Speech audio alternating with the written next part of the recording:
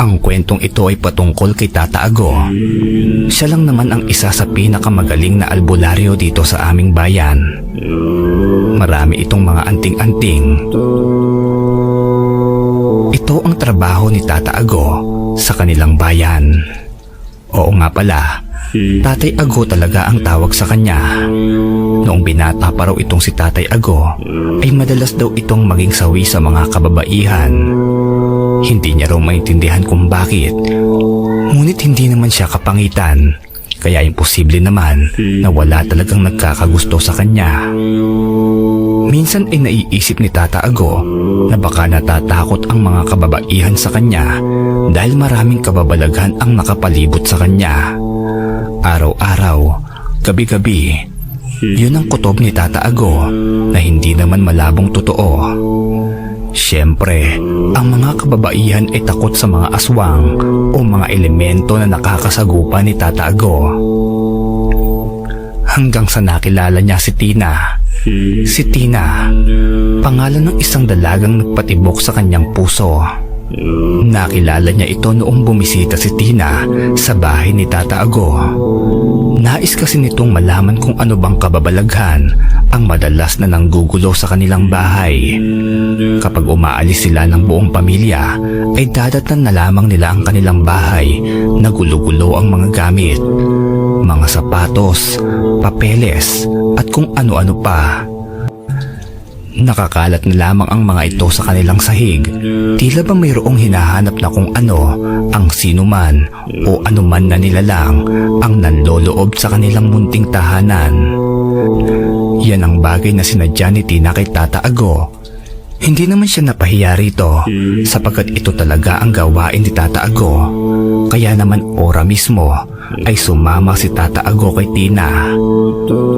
Sa bahay nila naman ay hindi naman kalayuan sa tinitirhan ni Tata Ago. Mga nasa 5 kilometro lamang ang layo. Oo nga pala, sa probinsya ay hindi naman malayo ang ganoon. Kahit nga 3 bundok pa ay sinasabi nilang malapit lamang.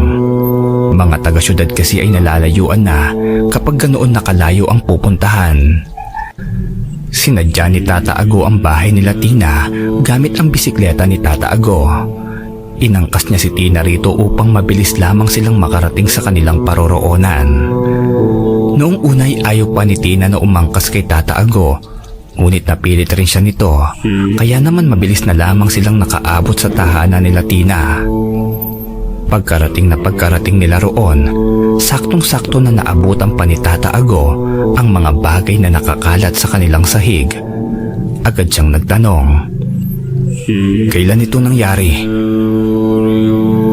"Kagabi lang yan. Kaarawan kasi ni Tia sa kabilang ibayo. Doon kami natulog ng buong pamilya at walang naiwan rito sa bahay. Pag uwi namin ay ganyan na ang gamit. Hindi na namin mabilang kung ilang beses na itong nangyayari. Alam naming hindi tao ang gumagawa nito dahil nakasara ang kandado at wala namang ibang lulusutan sa bintana." Paliwanag ni Tina. Pinagmasdan ni Tata Ago ang bintana ng bahay. Nakita niyang napakakipot lamang ng butas dito at hindi talaga kayang pasukin ng tao. Kahit bagong silang na sanggol ay mahihirapan na makapasok rito. Ngunit sa bintanang iyon ay nabaling ang atensyon ni Tata Ago. Tama kayo. Hindi nga tao ang gumagawa niyan. Narito pa ang bakas."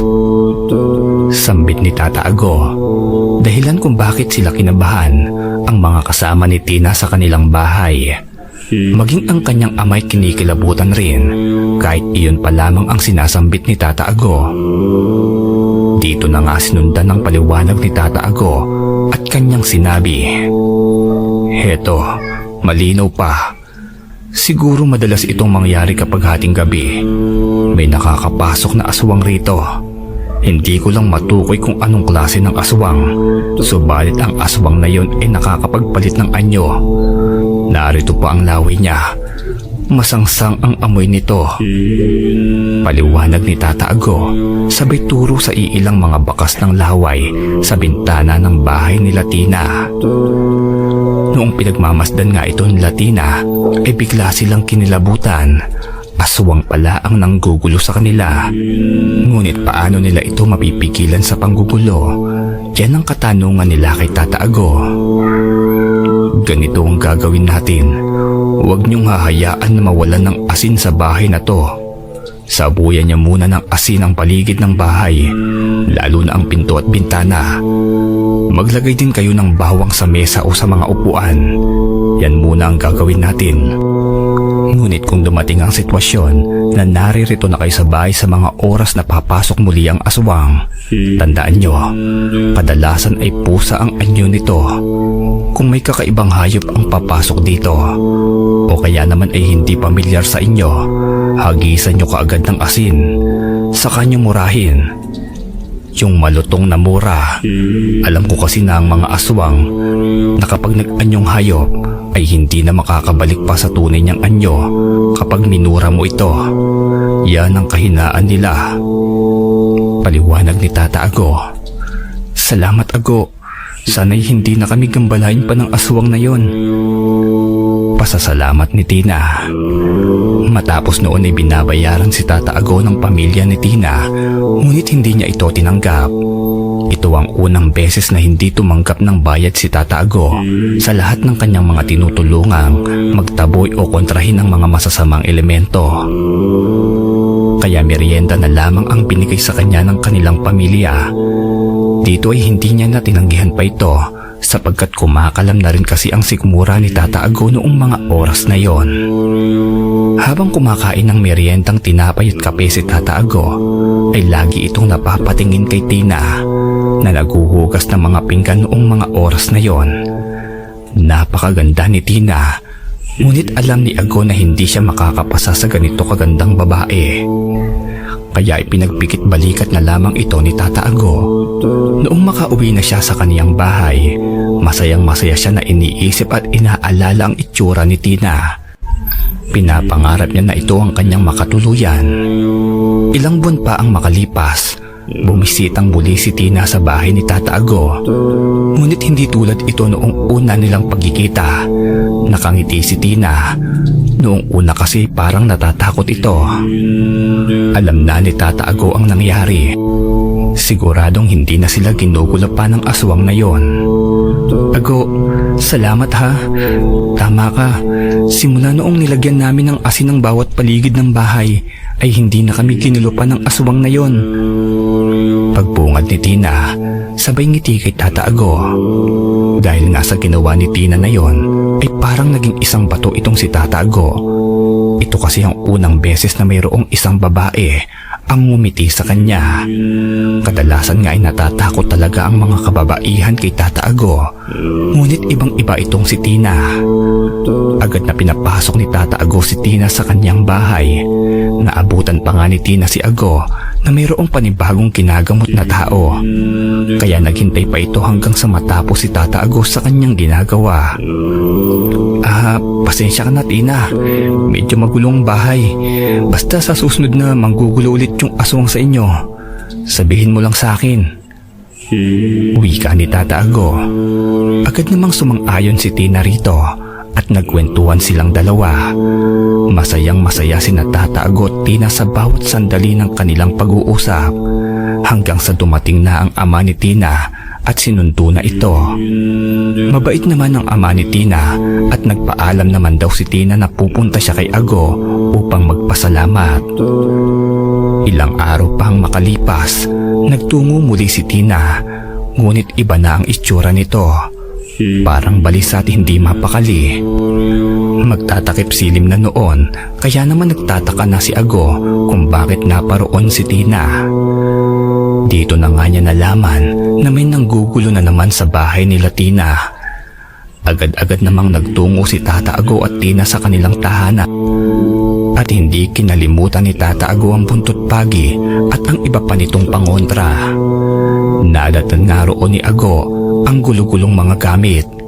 Ngunit kakaiba raw noon dahil yung pamilya raw ni Tina ay nasa labas lamang ng bahay. Masayang nakikipaglaro ang mga ito nang marinig nila na para bang may kumalabog sa kanilang bahay. Pagsilip nga raw nila rito ay nakita nilang nagbagsakan na naman ang kanilang mga kagamitan.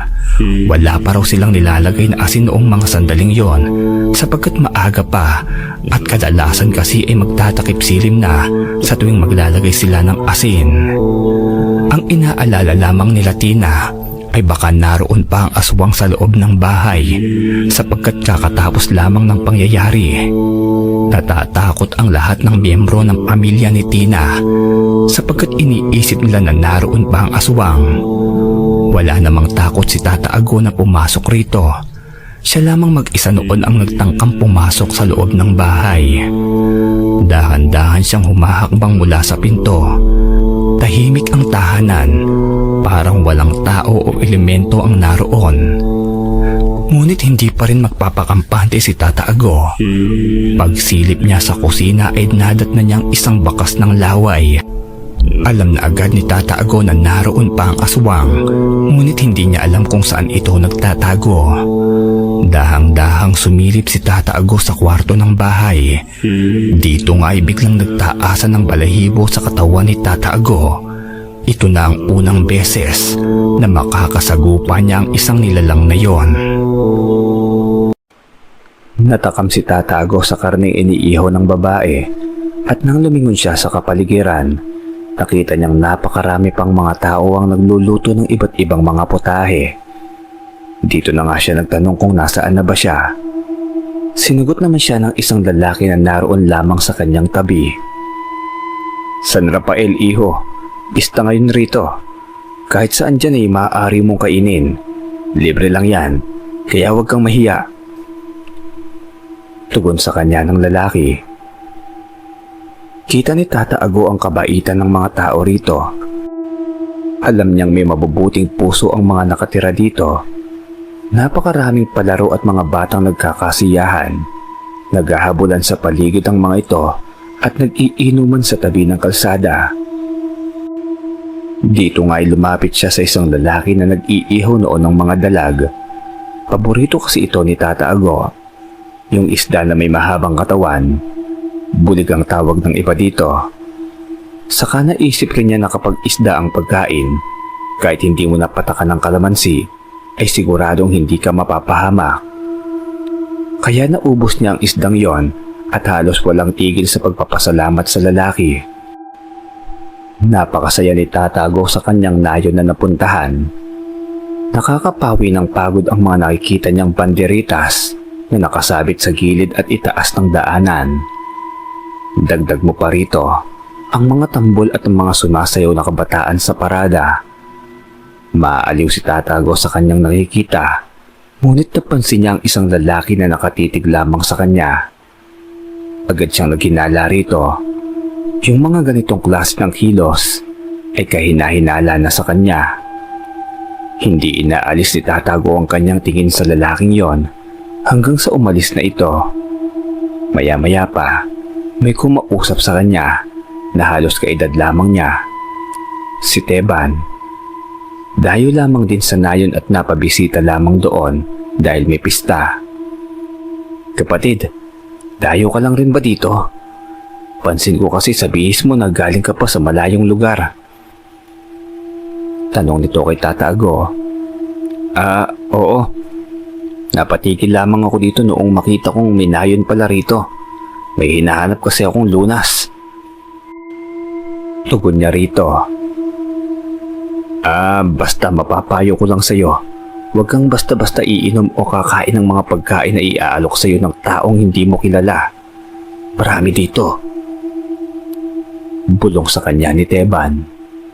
Napaisip si Tata Ago sa sinabing iyon ni Teban. Naisip niya na naging masyado siyang komportable. Nakalimutan niya na kahit saang lugar ay mayroong masasamang nilalang. Nakalimot rin siya na madalas gawin ng mga masasamang nilalang ay ang akitan ka sa bagay na gustong-gusto mong makuha. Maya-maya lamang ng kaunti, sumakit ng sobrang sakit ang kanyang tiyan. Suka ito ng suka ng walang tigil. Nagtitinginan na sa kanya ang mga tao roon. Alam ni Tata Ago na nalason siya ng lalaking kinainan niya ng isda kanina. Dahil nga rito, Dali-daling nagtungo si Tata Ago doon sa lalaking nagbigay sa kanya ng dalag. Kung walang kaalaman si Tata Ago sa panggagamot, ay hindi niya ito maiisip.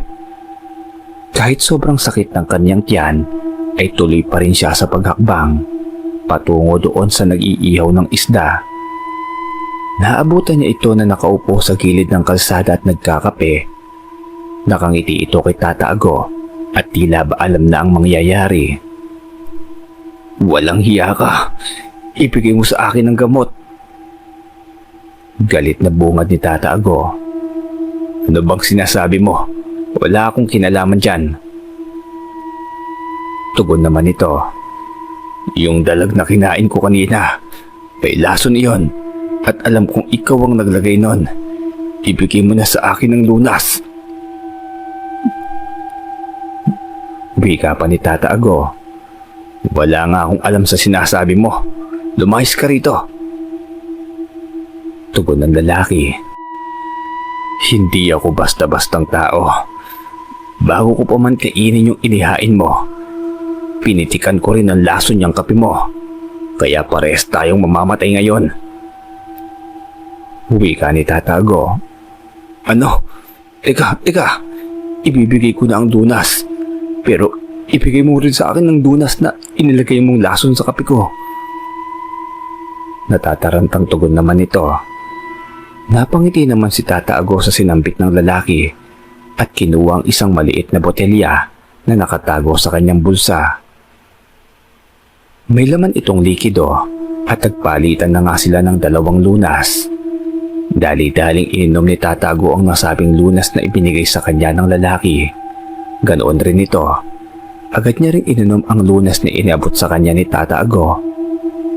Parang nagdahilan lamang si Tata Ago, biglang nawala ang sakit ng kanyang tiyan.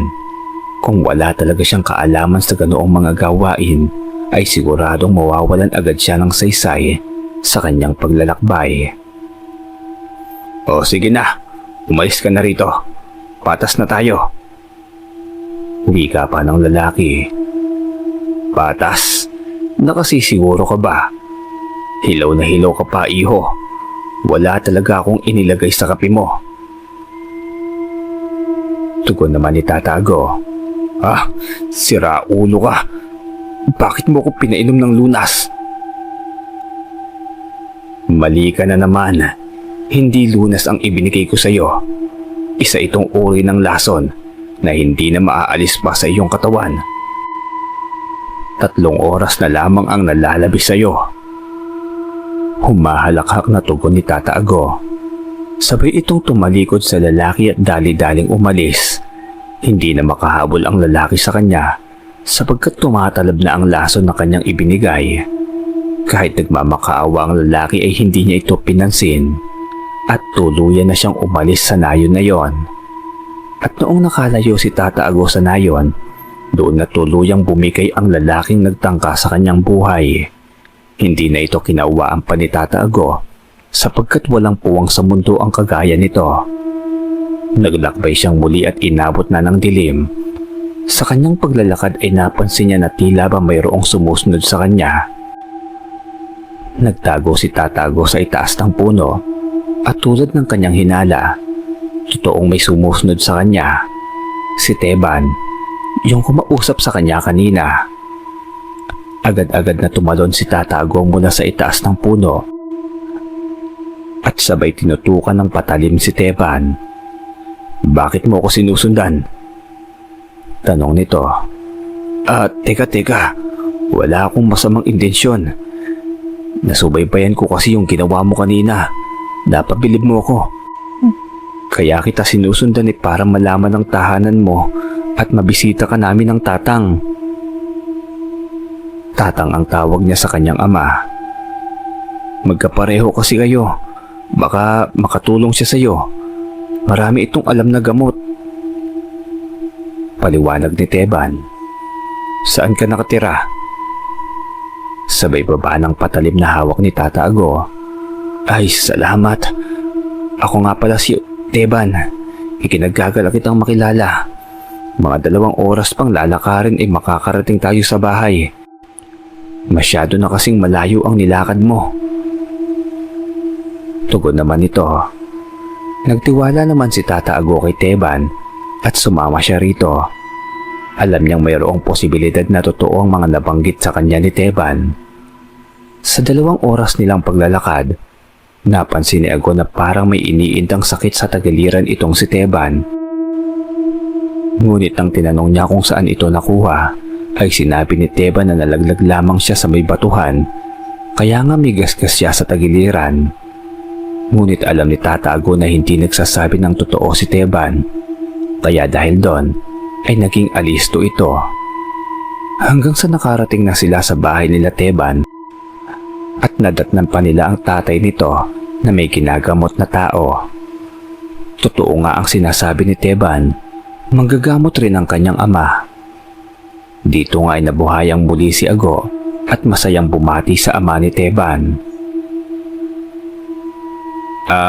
Lucio. Ako nga pala si Lucio. Anong may paglilingkod ko sa iyo, iho? Tanong ng tatay ni Teban. Ako po si Ago. Isa rin po akong manggagamot. Ngunit kung ikukumpara sa ibang manggagamot, ay hilaw pa po ako. Kaya po ako naglalakbay para matuto pa ng iba pang pamamaraan. Paliwanag ni Tata Ago. Dahil nga roon ay sinabi niya yon, ay tila ba sumigla si Mang Lucio. 2 na lamang kasi sila ni Teban sa kanilang buhay at naiinip na rin sila sa kanilang pamumuhay. Alam nilang magiging mas masaya ang buhay nila kapag mayroong nadagdag sa kanilang pamilya. Ito na nga si Tata Ago. Ilang linggo na si Tata Ago sa bahay nila Teban, ngunit hindi siya nakakakita ng kakaiba sa mag-ama at buong pusong tinuturuan ni Mang Lucio ng kanyang nalalaman si Tata Ago, mga panggagamot at pangontra sa aswang. Gayon din si Tata Ago, nagbibigay rin ito ng iba pang impormasyon sa kanyang nalalaman patungkol din sa panggagamot. Hanggang isang gabi, habang kapilugan ng buwan, habang natutulog sina Tata Ago at si Teban, ay naalimpungatan itong si Tata Ago sa kanyang narinig. Tila ba may kung ano ang kumakaluskos sa ilalim ng lupa. Hindi na mapakali si Tata Ago, kaya bumangon ito at hinanap kung saan nagmumula ang ingay na kanyang naririnig. Tila ba may kung ano ang naghuhukay sa ilalim ng lupa. Yung tahanan kasi nila Teban ay lupa lamang, walang kahit na anong konkreto sa kanilang tahanan. Hanggang sa nagulat na lamang siya sa kanyang nakita. Biglang bumukol ang lupa at tila ba mayroong isang hayop ang nasa ilalim nito. Papalapit ng papalapit kay Ago ang nasabing nilalang na nasa ilalim ng lupa na yon. Hanggang sa lumabas ito at nakita ni Ago ang isang malaking butiki, isang bayawak. Ngunit nakapagtataka raw na papasok ito sa loob ng tahanan. Hanggang sa bigla itong hinampas ng buntot pagi ni Mang Lucio. Pagkahampas niya sa buntot pagi, bigla itong naging isang wangis tao. At nakakatakot talaga yung itsura nito. Sabi ni Mang Lucio, isa raw itong abwak na may kakayanang maging isang bayawak. Napakadelikado raw nito, lalo na kapag nakapasok sa loob ng tahanan niyo at kabilugan pa ng buwan.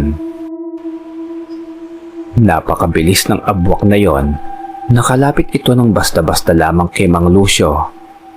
May edad na rin kasi si Mang Lucio kaya hindi niya na nahampas ng buntot pagi ang abwak. Agad siyang nakagat nito at binutas ang kanyang katawan. Dudukutin pa sana ng abwak ang laman loob ni Mang Lucio nang bigla itong hinampas ng matigas na kahoy sa ulo ni Tata Ago.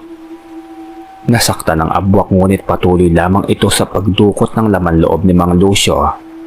Wala nang nagawa pa si Tata Ago kundi ang humiyaw, at noong nagawa ng dukutin ng abwak ang laman loob ni Mang Lucio, ay dali-dali naman itong naging isang bayawak at sumuot sa ilalim ng lupa at nakatakas ito. Hindi na nahabol pa ni Tata Ago. Sa lakas ng hiyaw ni Tata Ago ay nagising itong si Teban. Nadatnan niya ang kanyang ama. Nakatitig lamang ito kay Tata Ago at hindi nagsasalita. Natakam si Tata Ago sa karneng iniiho ng babae at nang lumingon siya sa kapaligiran nakita niyang napakarami pang mga tao ang nagluluto ng iba't ibang mga putahe. Dito na nga siya nagtanong kung nasaan na ba siya. Sinagot naman siya ng isang lalaki na naroon lamang sa kanyang tabi. San Rafael, iho. Pista ngayon rito. Kahit saan dyan ay maaari mong kainin.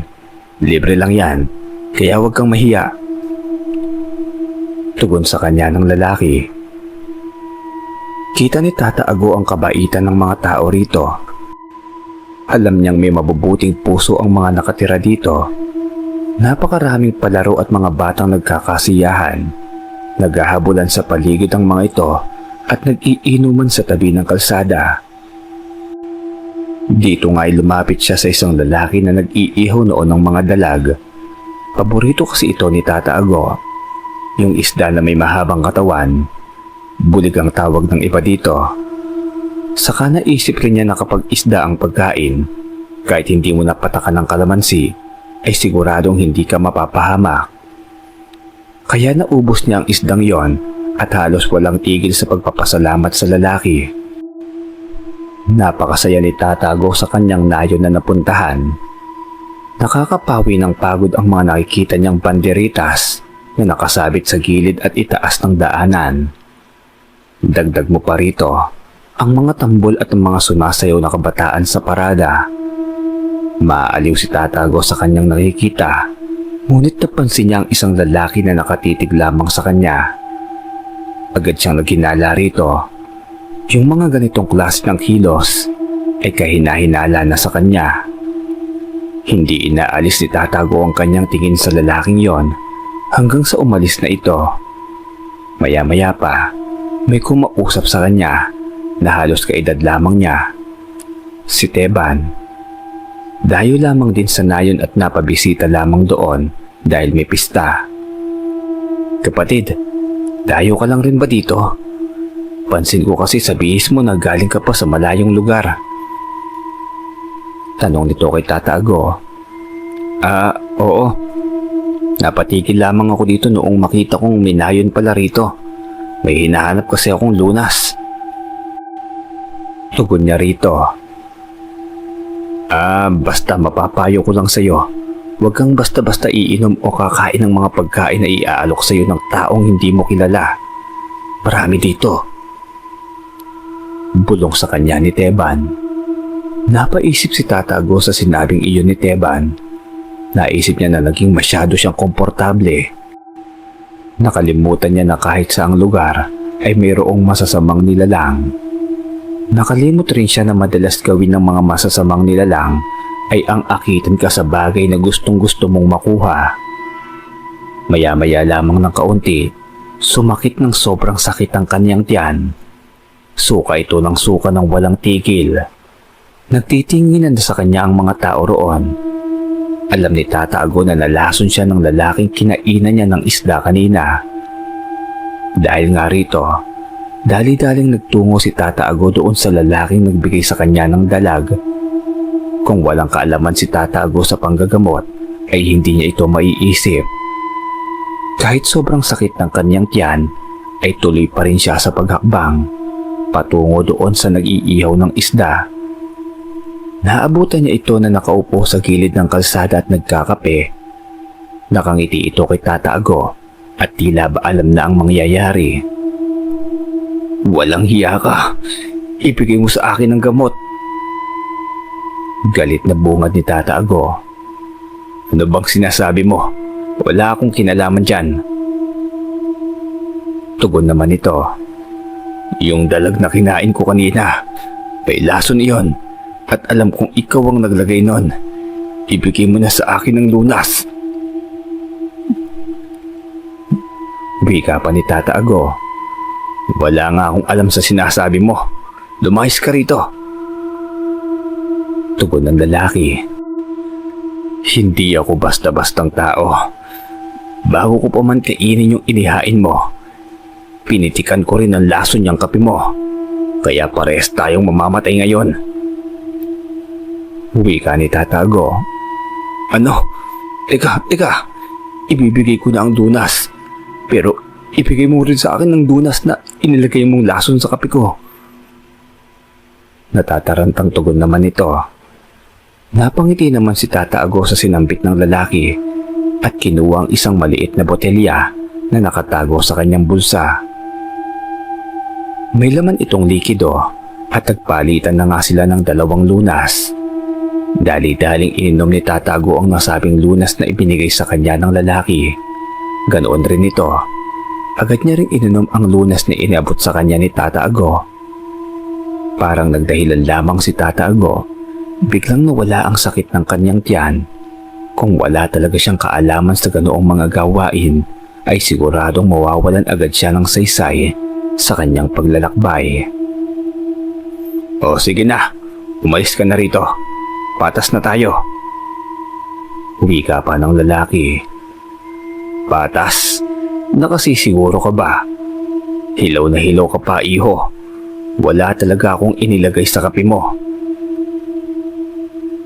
Tugon naman ni Tata Ago. Sira ulo ka. Bakit mo ko pinainom ng lunas? Mali ka na naman. Hindi lunas ang ibinigay ko sa iyo. Isa itong uri ng lason na hindi na maaalis pa sa iyong katawan. 3 oras na lamang ang nalalabi sa iyo. Humahalakhak na tugon ni Tata Ago. Sabay itong tumalikod sa lalaki at dali-daling umalis. Hindi na makahabol ang lalaki sa kanya sapagkat tumatalab na ang lason na kanyang ibinigay. Kahit nagmamakaawa ang lalaki ay hindi niya ito pinansin at tuluyan na siyang umalis sa nayon na yon. At noong nakalayo si Tata Ago sa nayon, doon na tuluyang bumigay ang lalaking nagtangka sa kanyang buhay. Hindi na ito kinawaan pa ni Tata Ago sapagkat walang puwang sa mundo ang kagaya nito. Naglakbay siyang muli at inabot na ng dilim. Sa kanyang paglalakad ay napansin niya na tila ba mayroong sumusunod sa kanya. Nagtago si Tata Ago sa itaas ng puno at tulad ng kanyang hinala, totoong may sumusunod sa kanya. Si Teban, yung kumausap sa kanya kanina. Agad-agad na tumalon si Tata Ago mula sa itaas ng puno at sabay tinutukan ng patalim si Teban.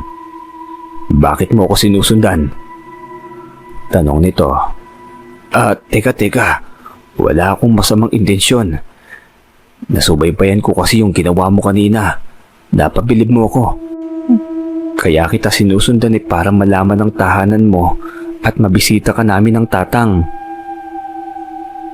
Tatang ang tawag niya sa kanyang ama. Magkapareho kasi kayo. Baka makatulong siya sa iyo. Marami itong alam na gamot. Paliwanag ni Teban. Saan ka nakatira? Sabay baba ng patalim na hawak ni Tata Ago. Ay, salamat. Ako nga pala si Teban. Ikinagagala kitang makilala. Mga 2 oras pang lalakarin ay makakarating tayo sa bahay. Masyado na kasing malayo ang nilakad mo.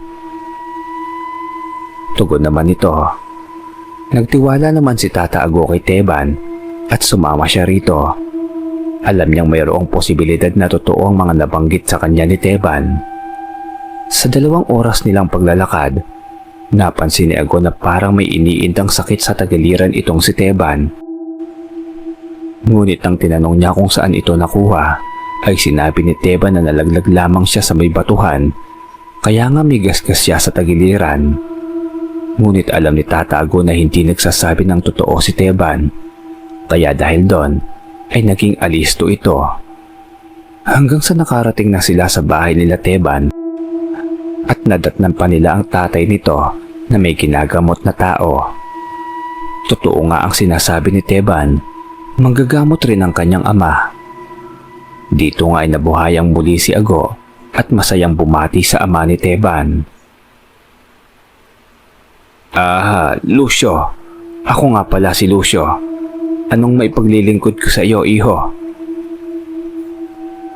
Tanong ng tatay ni Teban. Ako po si Ago. Isa rin po akong manggagamot. Ngunit kung ikukumpara sa ibang manggagamot, ay hilaw pa po ako. Kaya po ako naglalakbay para matuto pa ng iba pang pamamaraan. Paliwanag ni Tata Ago. Dahil nga roon ay sinabi niya yon, ay tila ba sumigla si Mang Lucio. Dalawa na lamang kasi sila ni Teban sa kanilang buhay at naiinip na rin sila sa kanilang pamumuhay.